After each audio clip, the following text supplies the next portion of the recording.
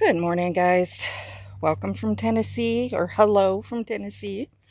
This week's project is clearing land. I'll show you what I've gotten done so far.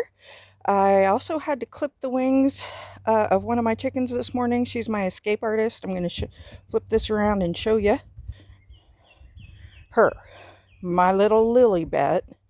She is my escape artist, and she got her wings clipped this morning. And since she's not trying to escape today, none of the others are. Aster got attacked. She's my white chicken. She got attacked by my dog this week, so she's pretty traumatized and staying hidden. As far as land clearing, I've gotten a tiny part done.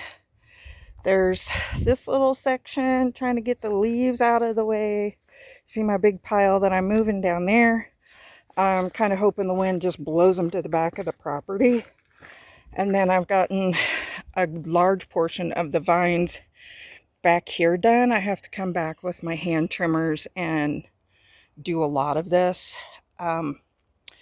Nature has really tried to take this property back since the previous owners kind of left it alone and left it undone. But did not flood here.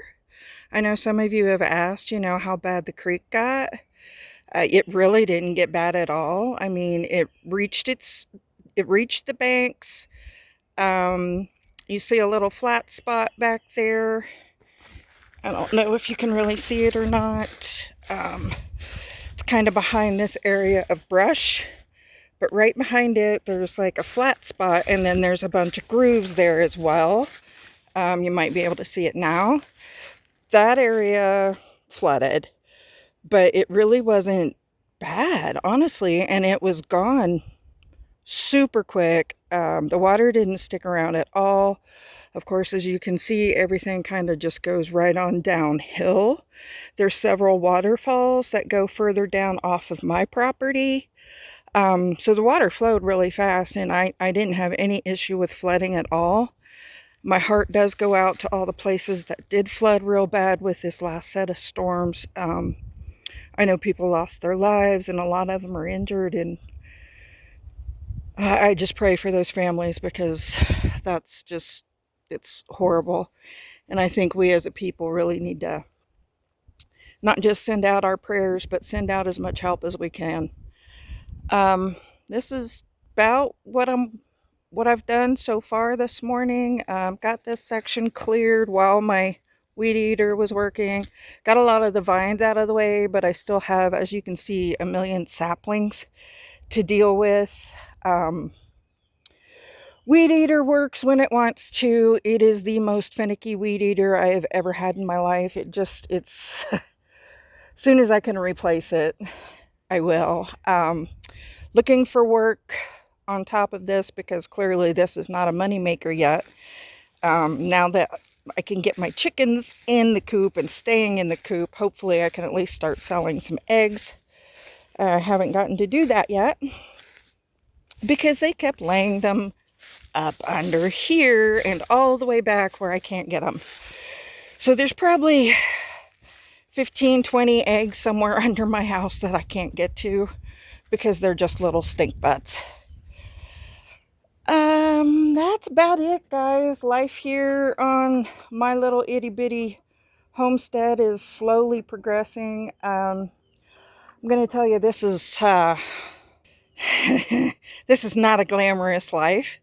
Do not expect to be clean, and do it while you're young, because with my back, oh man, this is really bad. I mean, I filed for disability for my back, because and my PTSD, because that's just off the charts these days.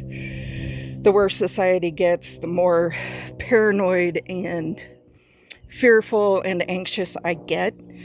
So this property here at least calms my PTSD considerably.